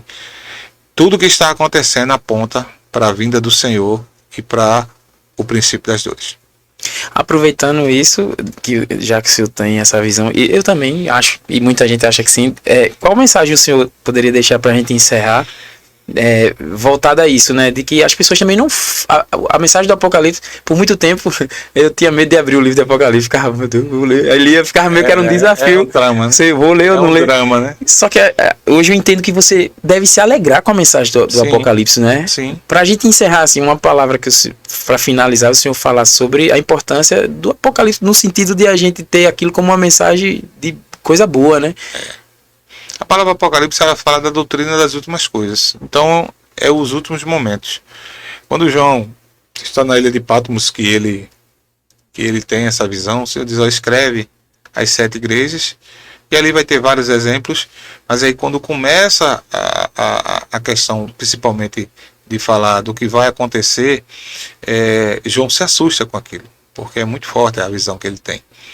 E ele escreve o livro. Nós temos que estar preparados. O Senhor, ele vai dizer aqui, no dia nem a hora nós sabemos, só o Pai sabe, hoje ele já sabe, eu tenho para mim quase certeza que ele já sabe, de que será como um ladrão, virá como um raio do Oriente para o Ocidente. Então a gente tem que estar o tempo todo preparado para isso. Eu tenho que viver como Paulo disse em 1 Coríntios 11, ser imitadores de mim como eu sou de Cristo. Paulo, apesar de ele colocar, combati o bom combate, guardei a fé, gostaria de ficar mais com vocês, mas tenho que ir, mas ele tinha certeza da salvação dele. Mas ele dizia, eu preciso lutar por essa salvação. E lutar por ela é você dia a dia buscar se tornar melhor. Não só dizer, Senhor, eu estou aqui, eu estou sofrendo, eu estou com dificuldade, mas eu te quero, eu quero que o Senhor me renove, me restaure, me corrija. Quando eu voltei, eu pedi uma prova ao Senhor, e eu pedi uma prova no mundo. Eu disse, Senhor, se for para eu voltar, eu não consigo voltar para estar na tua presença, e se for para eu estar na tua presença sem te honrar, que o Senhor me guarde. E eu saio com os amigos, vou para uma área que eu gostava muito de futebol. Eu morava ali na área da areinha ali, pelas barreiras. Então eu ia jogar a bola, eu era metido a jogador de futebol.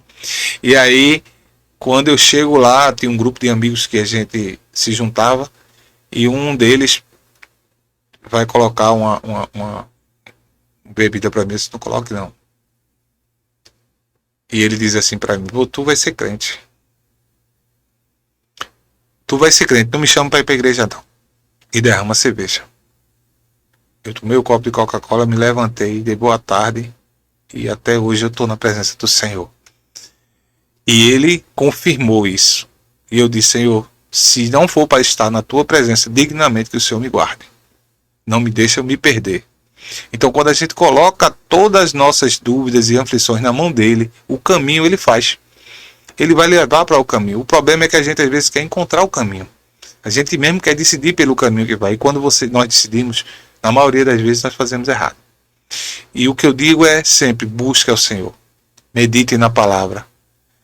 Não olhe, ache que é impossível você estar na presença dele. Você tem que estar na presença de Deus. Não tem outra forma de a gente sobreviver a esse mundo e para ter direito também à eternidade com o Senhor. Então, buscar o Senhor, ler a Bíblia, buscar estar em comunhão e continuar colocando a fé em prática, porque é isso que faz toda a diferença na vida, tanto secular e principalmente a espiritual de nós. Amém. Foi muito bom, pastor. Foi muito bom. Eu quero saber se o senhor... A gente vai ter a oportunidade de ter o senhor aqui outras vezes sobre temas. Sim, né? Vai ser um prazer, viu? Eu espero de coração que o senhor, sempre que for da vontade sua mesmo, assim... Rapaz, eu quero ir lá falar sobre tal coisa. Você só diga que a gente organiza o dia. E pra mim, eu amo ouvir. O senhor tem essa calma, essa paz para passar aqui a mensagem, tirar minhas dúvidas, que sou muito agoniado, tenho muita coisa. Minha cabeça fica vontade de perguntar mais coisas. Isso é bom. Eu, como eu estava dizendo a você antes, buscar e tentar entender como funciona a vontade de Deus em nossas vidas. Eu também tenho essas curiosidades. Eu nas minhas 2 monografias eu tenho mais de 100 livros em casas. Eu ia trazer até 2 aqui para mostrar justamente a teologia sistemática de Luiz Berkoff, entre outros.